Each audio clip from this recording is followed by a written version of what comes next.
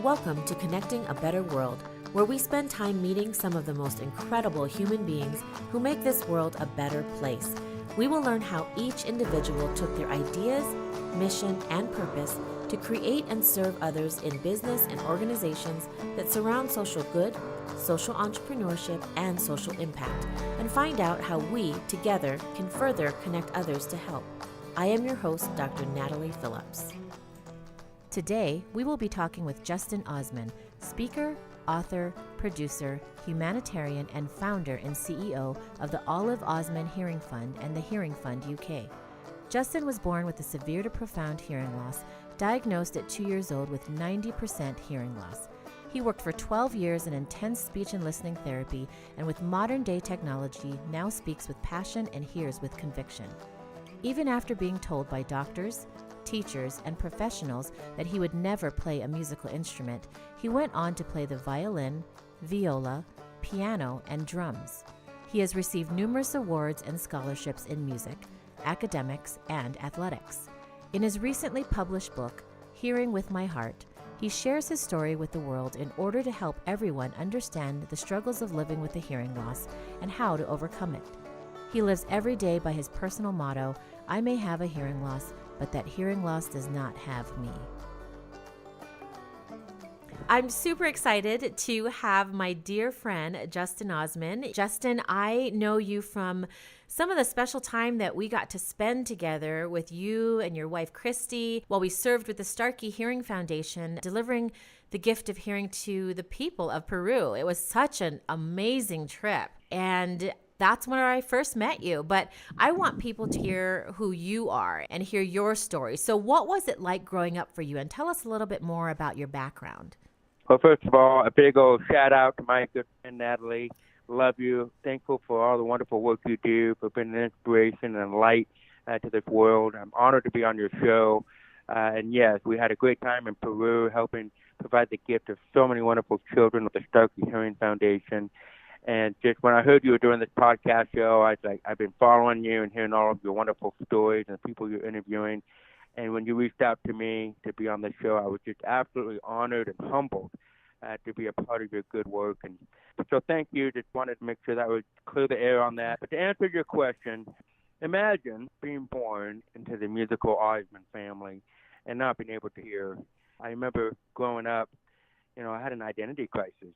I wishing I had the golden throat like my family, like my dad, the lead singer of the Osmonds. And I struggled with that. And just not having the intonation and the perfect pitch and the hearing, and just being a master musician like my other family members.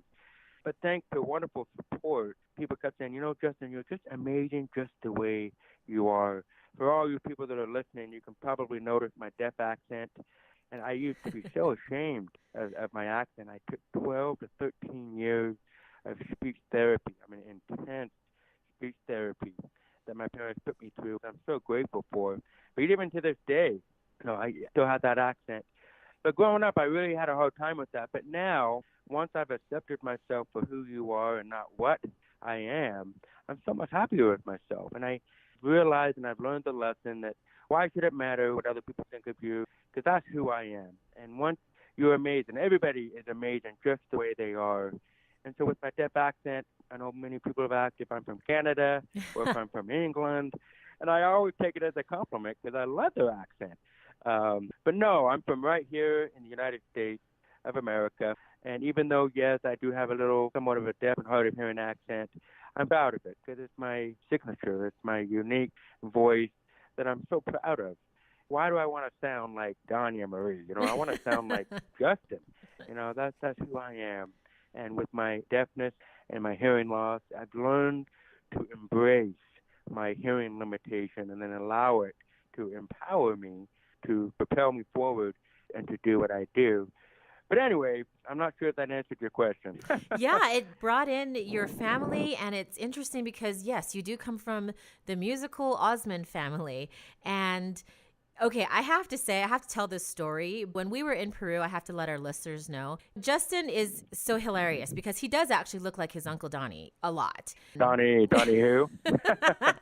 And we were doing a video. And we were just kind of documenting some of the people that were there because we had bonding time. We have lots of bonding time on these missions. And everybody just sort of jumped in and had a part of this video that we made. And then I come to Justin and his wife, Christy, and I'm like, okay, it's your guys' part. You need to jump in. And he's like, wait. And he and Christy came up with the choreography to their section, put everybody to shame. And I was like, okay, now if that is not the Osmond blood, but it was so funny because it was so much fun. But yeah, you answered my question as far as kind of growing up in that family and how you've emerged into your own person, which I love, and how you've embraced having a hearing loss. I mean, yes, this is our world. We totally understand it. But having somebody at the age of 2, for you being diagnosed, and then having to work really hard at your speech and making sure that people can understand you. And yes, you're still going to have the, what we quote, deaf speech, but it's just fitting in. And oh my gosh, and then your accomplishments are incredible. So talk a little bit more about just being in school and having the hearing loss and kind of going through life and to where you are right now as far as how you got involved in giving back and creating funds and working with the foundation. Thank you, Natalie. And for the record, if anybody has not seen Natalie dance and seen her dance moves, I think you should be going on Dancing with the Stars. You're amazing. But thank you for the kind compliment. I appreciate that. So just to back up just a little bit, and you're right, I was diagnosed at the age of 2. And so I was born. They didn't have the newborn screening back then. And so for the first 2 years of my life, I lived in a world of complete silence. And then all of a sudden, I wasn't reacting or responding. So my parents took me to the doctors. And of course, they realized I had a severe loss. And so they immediately put on these large hearing devices on me. I had string coming out of my ears, and of course, attached to a big box on my belt. And for the first time in 2 years, I heard my dad's music. I heard my dog bark. I heard the toilet flush. I mean, all these things that we've taken so much for granted. And that's when, it was a game changer for me, got into the speech therapy. And you need to remember, at this point in my life, I'm now 2 years behind my peers. And so that's why they wanted me to try to catch up. And when I got into school, it was hard. It was really, really tough. But with a lot of determination and tenacity and never giving up. I remember my mom would always read me that little choo-choo train that could, climbing up that mountain. And she would read that to me every single night. And I got so bored of that book and I had it memorized. But I later found out that the reason why my mom read me that story was because she knew that, like many other deaf children out there, we would have our mountains to climb, and we would have our challenges that we would face down the road, and we would face the voices of the world that saying that you can't because your ears are broken, you won't be able to do this and this and that. And every time I would face that, I'd always remember that little teacher train, that voice within me that says that, yeah, I think I can, I know you can. In fact, I know you can. And so I'm so grateful to my mom who instilled in that in me at a very young age, so that when I got into school, elementary, middle school, I hate to say this, but I'm going to make myself a little vulnerable and say that I was picked on, I was beat up, and I was bullied just because I looked different.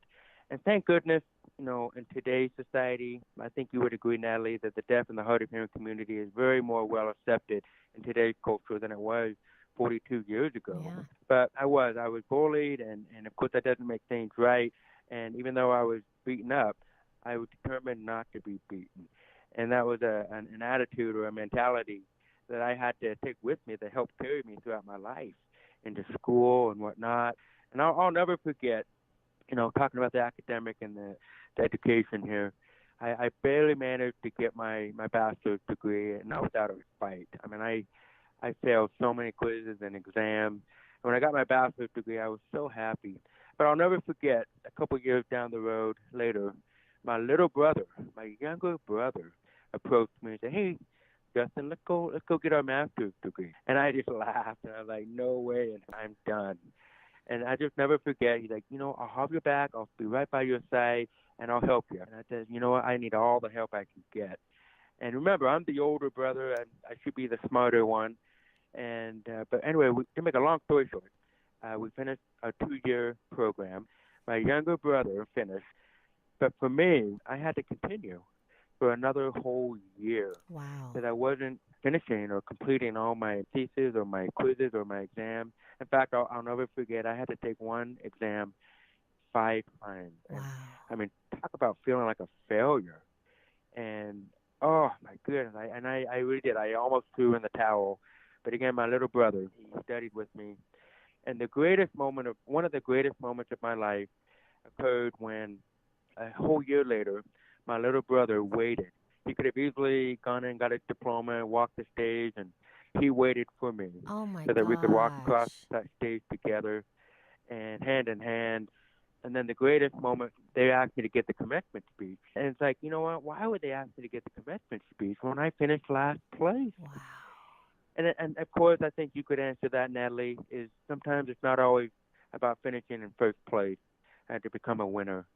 And sometimes, motivation, what gets us started, and it's creating good, healthy, hard-working ethic habits that keeps us going. But sometimes it's failure that gets us Mhm. there. And I had to fail so many times to finally get to the finish line. And I think as we relate that to everybody else out there that's listening, whether it's something broken in your life, whether it's your ears or something else physically or emotionally or socially, psychologically, whatever it may be, I truly believe that we do not overcome hopelessness by removing the obstacle in our lives. I believe that we conquer adversity by not letting it own us, control us, or even define us. And thus, that leads me to my personal motto. I may have a hearing loss, but my hearing loss does not have me. I love it. And we're in control of our destiny, right? Absolutely. Absolutely. Wow. And that's such an incredible story with your brother. I had no idea either. And I'm sure you guys have such great memories and pictures about that event too. And wow. I mean, your parents raised you guys right. That's for sure. That's for sure. Oh, you're too kind, Natalie. Our family Wow. motto is we're going to keep doing it until we get it right. I love One of these it. days we'll get it right. You have your MBA, is that correct? Yes, ma'am. Uh-huh. Okay. So, after school, did you know that you were going to be involved in the hearing world for a while? Or what did you want to You do know, with your business degree? that's a great question, and I'm glad you brought that up. So it all started when I was a Boy Scout, and I wanted to be an Eagle Scout. And so in order to be an Eagle Scout, you have to do a service project that is approved by the community and by the city council and whatnot. And I proposed a couple projects, but it was actually declined. But then someone said, there's a kid in the neighborhood that's very poor, and he has no money, but he's just like you, Justin. He also has a very severe hearing loss, and he needs some really upgraded hearing aids. And he's badly in need of some new hearing aids. And so I was like, you know what? That's a good idea. Why don't I go and raise some money, raise some awareness, and see if I can raise enough money to buy a new pair of hearing aids. And so I did. I got it approved. Went out there, and I remember knocking on people's doors in my neighborhood, just a little 14-year-old boy, just asking for some money, for a couple dollars there or $10 there, and try to raise some money to help the kid. And I will never forget, Natalie. I brought him into my audiologist clinic, his office. He came in his Boy Scout uniform. He brought his mom and his dad, and they were just, the little boy didn't even know yet what was happening, but the mom and dad did, and they were just in tears. And I'll never forget, I handed him his brand new hearing aids, and he was kind of puzzled and just like still didn't know. He opened up the box, and you could just see his eye just lit up like a Christmas tree, like on Mm. Christmas morning. And the change that was wrought in his eyes and his countenance brought a change to mine. And I'm like, you know what? That is what I want to do. Yep. I want to go and I want to pay it forward. And make a long story short, when my grandmother passed away, I was her favorite grandchild. She Of was very course you passionate were. about helping the deaf and hard of hearing. And so I started a charity in honor of my grandmother. Oh, and even before that, I was so privileged to work with the Starkey Hearing Foundation for about 10 years and got to go on many of their hearing missions worldwide. And that even developed a stronger desire to want to pay it forward and to help more deaf children. And so that's how we met, Natalie, is I was able to be a sponsor for one of the Starkey missions in Peru, and that's where we met. And so that's really where it started, is meeting that young boy named Robert, and he just ignited the fire within me and wanted to take that to another whole new level.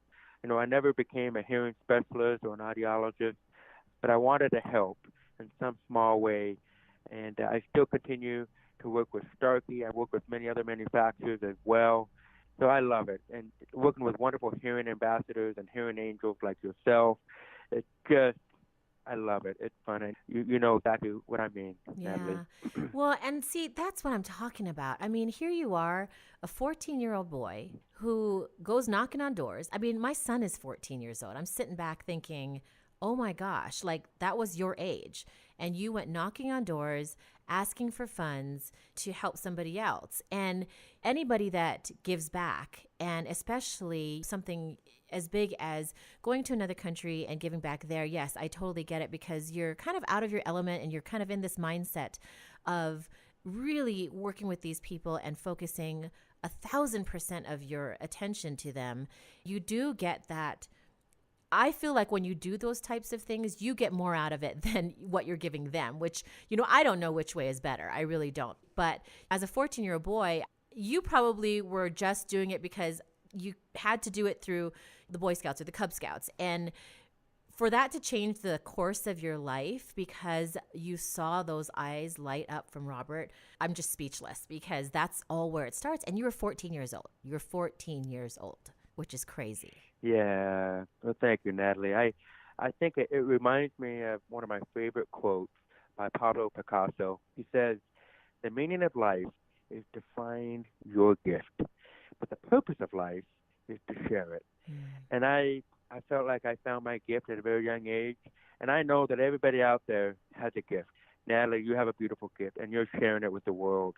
And everybody else has a gift. You just need to find it and develop it, whatever it takes. Yep. And then once you have it and found it and have discovered it, then you need to share it with the world, because that's what makes this world a better place.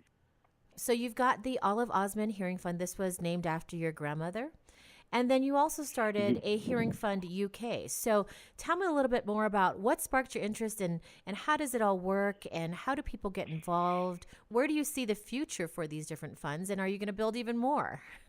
Well, thank you. Let me give you a little history behind it, if that's okay, and then Yes, I'll just move right absolutely. into answering your question. The reason I was very close to my grandmother, Olive, and she was the matriarch of the musical Osmond family. So a lot of people don't know this, but her two oldest sons were also born with a very severe to profound hearing loss.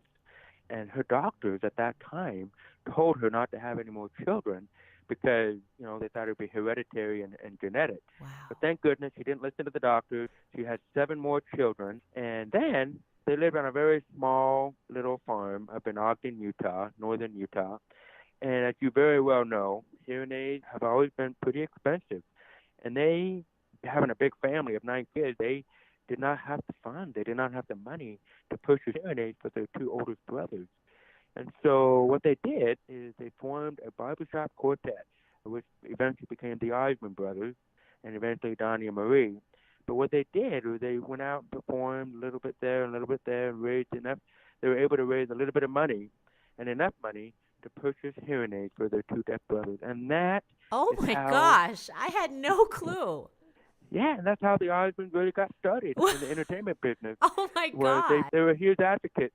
And ever since that, we have always been hearing ambassadors or hearing advocates in providing hearing health awareness. In fact, my grandmother, when my dad and my uncle were out there performing and selling 100 million records worldwide, their 2 older brothers were never a part of that because they had the hearing loss. But my grandmother, bless her heart, she started a charity called the Osmond Foundation, and that was primarily set up to help her 2 deaf sons and deaf children at that time. And as you know, there were not very many resources like there is today in providing and supporting the deaf community. And so my grandmother, she started the charity, and then they got together with some other inspired individuals, and they were able to evolve and change the name, and they wanted to help more children out there, not just the deaf community. And with my Aunt Marie helping, kind of taking the lead, they changed the name to the Children's Miracle Network. You No might have heard of CMN way. Hospital. And so we're so humbled and blessed to see where that had gone. It's raised over $7 billion. Wow. Thank you. Well, my grandmother passed away, and around that time, knowing that she was very passionate about the deaf, and especially her two deaf sons, that's when I started the charity, the Olive Osmond Hearing Fund, and to pay tribute to my grandmother, and also my two deaf uncles, who are my heroes. I mean, just imagine being the brother of Donny and Marie and not being able to sing and dance, or they definitely dance. I take that back. So with this charity, I've been able to align with Starkey and so many other wonderful hearing groups out there. And I even brought my deaf uncles, Verl and Tom, with me.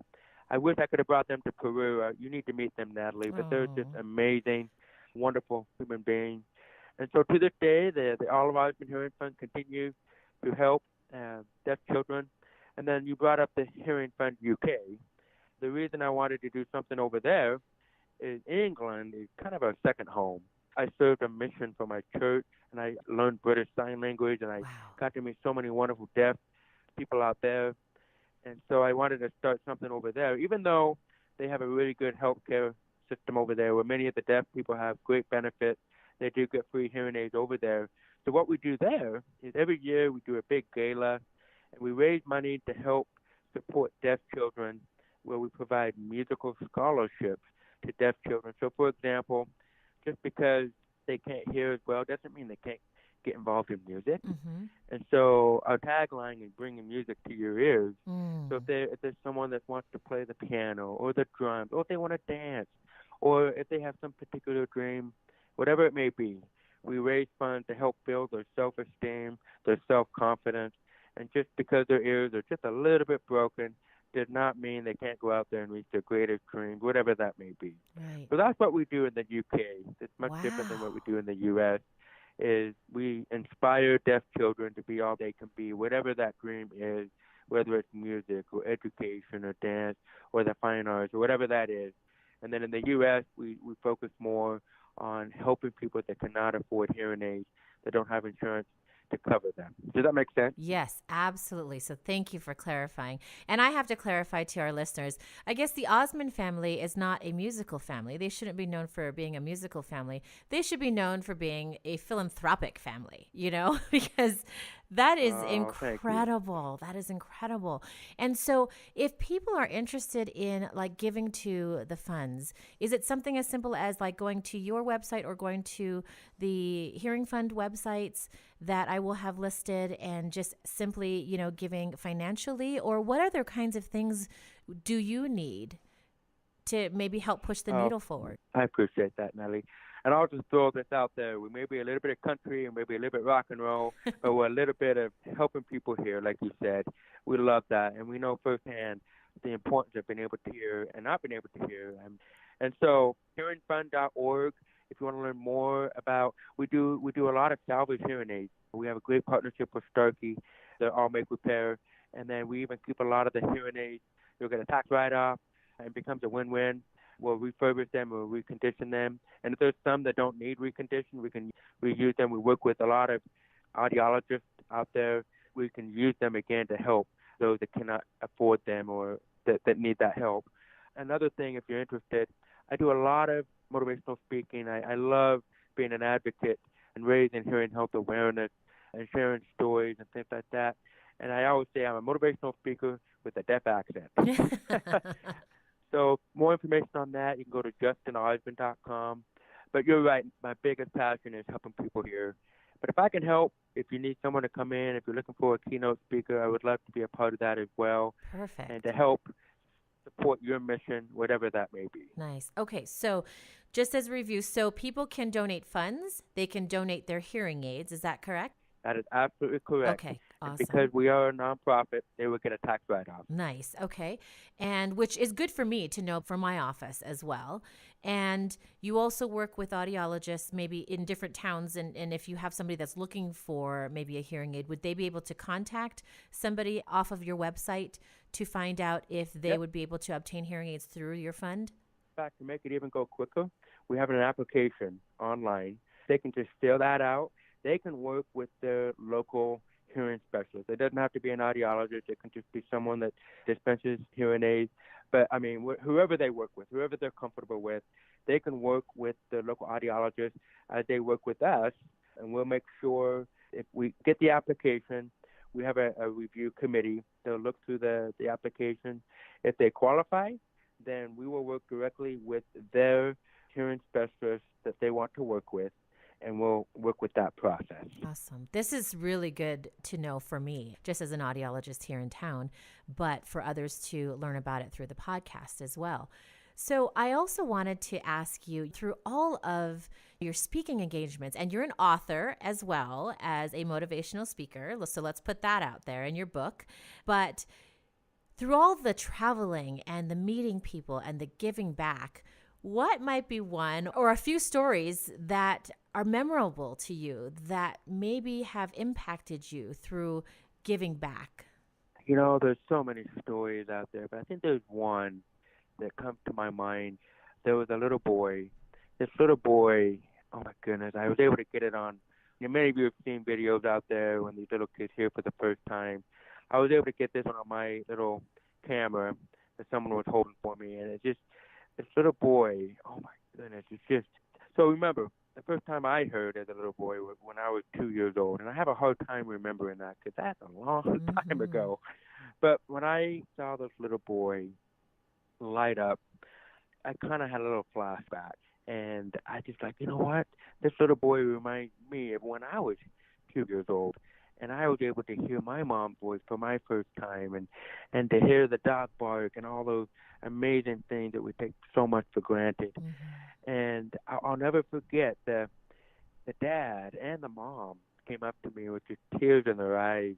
And again, Natalie, I know you know what I'm talking about because we've been there so many times too. Many of you out there that have been on those humanitarian missions know exactly what I'm talking about.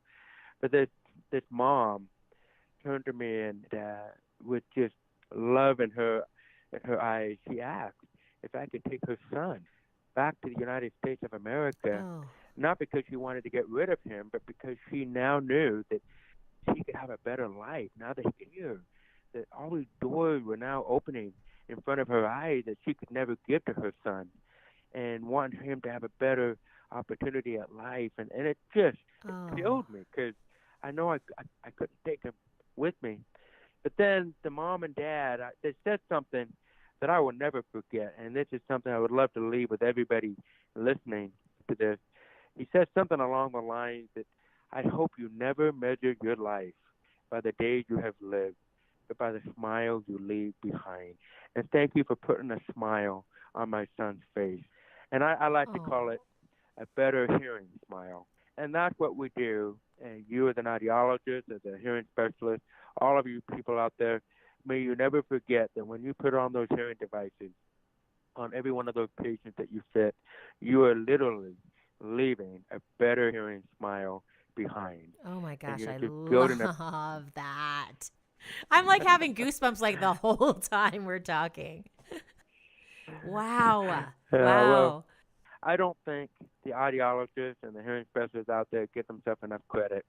I mean, I am a direct recipient of that, of all the wonderful work you do. If it wasn't for my hearing specialists and my audiologists and my speech language pathologists, I mean, I love and adore and respect you guys so much. We need more bridge builders like you guys out there. If I didn't have people like you guys in my life, I would not be where I am today. And in my book, Hearing with My Heart, it talks a lot about that. It talks a lot about heroes, or I call them heroes, in my life. That, I mean, on behalf of all the deaf and the hard of hearing people out there, thank you for giving us a better quality of life. I mean, you guys are the Ann Sullivan of our lives. Oh, I mean, you're helping us, like Helen Keller, be better people. So thank you. Oh. Well, and you're doing it too. I mean, you're giving back in that way too. And I'm sitting here thinking, this is a podcast. It's an audio only, like we're not on video talking to each other. You're doing it. You're on a podcast talking, and you're going to be able to listen to this back, which you might not have been able to do, which is crazy to even think about. I have one last question for you, putting it back on you because you're such an amazing, amazing person. And oh my gosh, you and Christy and your two little ones, your family is just so beautiful. And the stories behind your family. And from you, from Justin Osmond, what is one piece of advice that you can share with our listeners on how other people can make the world a better place? Thank you. You know, we need to stop being heroes and be doers. I think everybody has been impacted or touched in one way or another, and we need to pay that forward. And I think that's what makes this world a better place. My personal motto, I got that from one of my uncles who has MS, and his motto was, I may have MS, but MS does not have me. And so I was like, you know what, that is so powerful. I'm going to embed that into my own life. I may have a hearing loss, but my hearing loss does not have me. And so I believe that everybody out there has something, some physical, mental, psychological, whatever it may be, challenge that they're facing right now. And if we can learn to apply that into our own lives and say, you know what, I have a particular challenge that I'm going through right now, but I'm not going to let that challenge, whatever it may be, have me.